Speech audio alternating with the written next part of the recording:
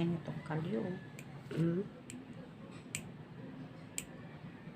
Ano?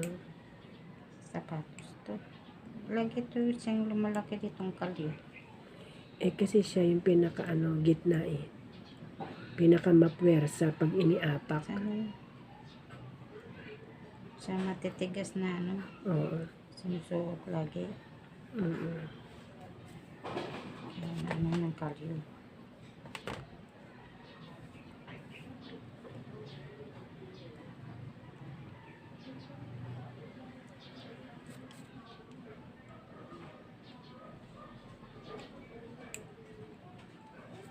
Ibang naglinis, hindi na to alisin nila.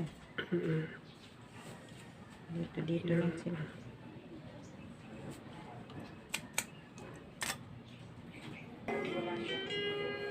Nag-attend kasi ako bumili ng Chromecast, kaya kasi hindi naman ako Globe subscriber. Ang meron lang kasi hindi, sa Globe Store ka bibili.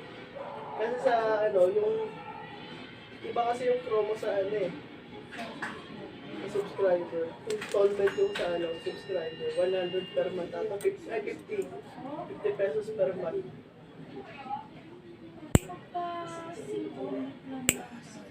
Pero pag magkasya, bili ka na lang, 1 to lang naman yun. Nagtanong ako sa PLDT kung meron sila. Ang meron sila, Evolution. Eh kaya lang tsaka naman yun eh. Sikat sa mga kolektor ang antique shop na ito sa Quezon City na binuksan noong 1990. Dito kasi nakapwesto ang samot-saring mga nagbebenta ng mga antigo. Sa second floor, makikitang hile-hilera ang mga store kasama na ang antique shop ni JP. Ito, nakaluma ito na cabinet dahil pedo ng 50s. Iba dyan Ay, ganun pa rin si Kim Black. Tapos, mga bata kong gigigay. Hindi pa tapos? Hindi, tapos na yon. Hindi pa nag-ano to eh. Nakatayo niya kasi bumili. Kaya matapang daw yung mukha ko. Nilagyan ko na sa akin para matutuwa siya. Tapos pumaytay niya. Sabi ko na sa kanya, lagayan niya sa starter. Sige, mauna ka na. May nais pa. Matagal kong hindi siya na ako pag-ibig eh. Nag-busy rin ako.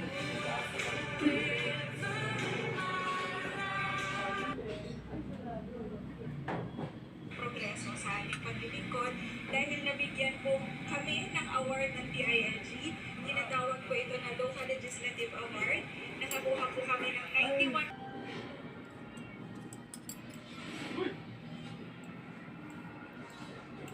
Progreso sa ating paglilingkod dahil nabigyan Magpakatay ko ng ilaw. Tanggal ko ng may ibang espiritu na nasa tabi mo.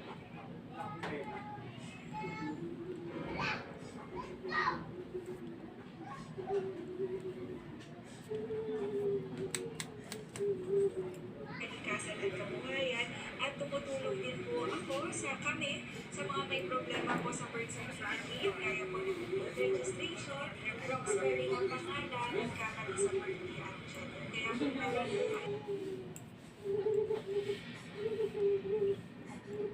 Kilala naman ako kami talaga. Diba? Pangalan. Siguro may mga nababalitaan kayo. Ano naman yung mga nagagawa namin na paglilingkod dito sa ating distrito. Pero minarapat pagitan naman ng pagpapalaganap ng salita ng Diyos. Diba? Thousand children in England. But here's the amazing part. He never asked anyone for money. Dating Victoria's Building, kung saan doon kumakain silang Kibuloy.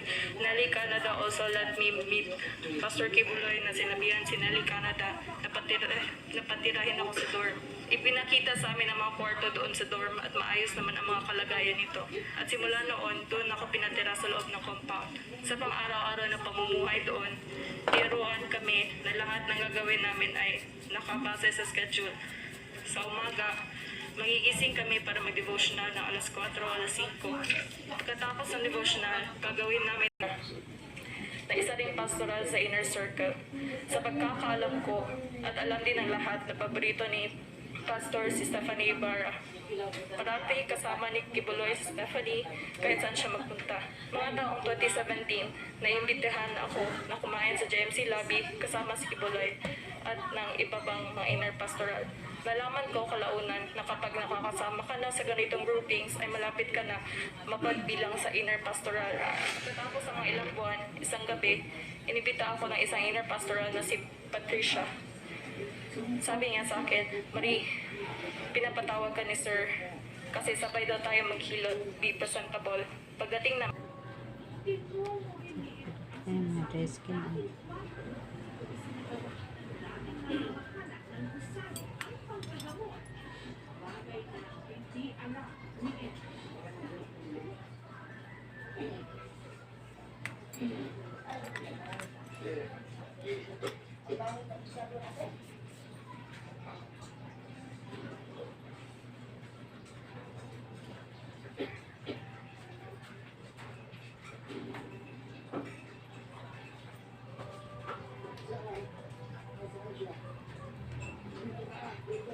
Parang plastic.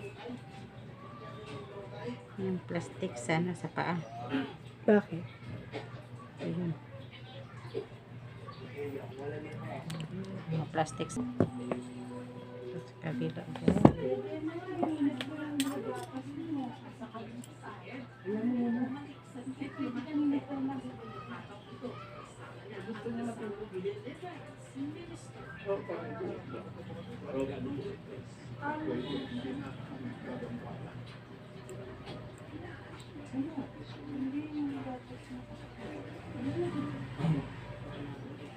Wake up! Wake Tender skin. Dede!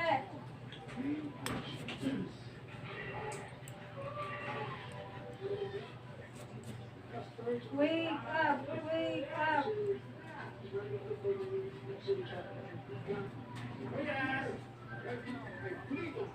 Ito yung mga makapal ng mga best skin. Thank you for watching, guys.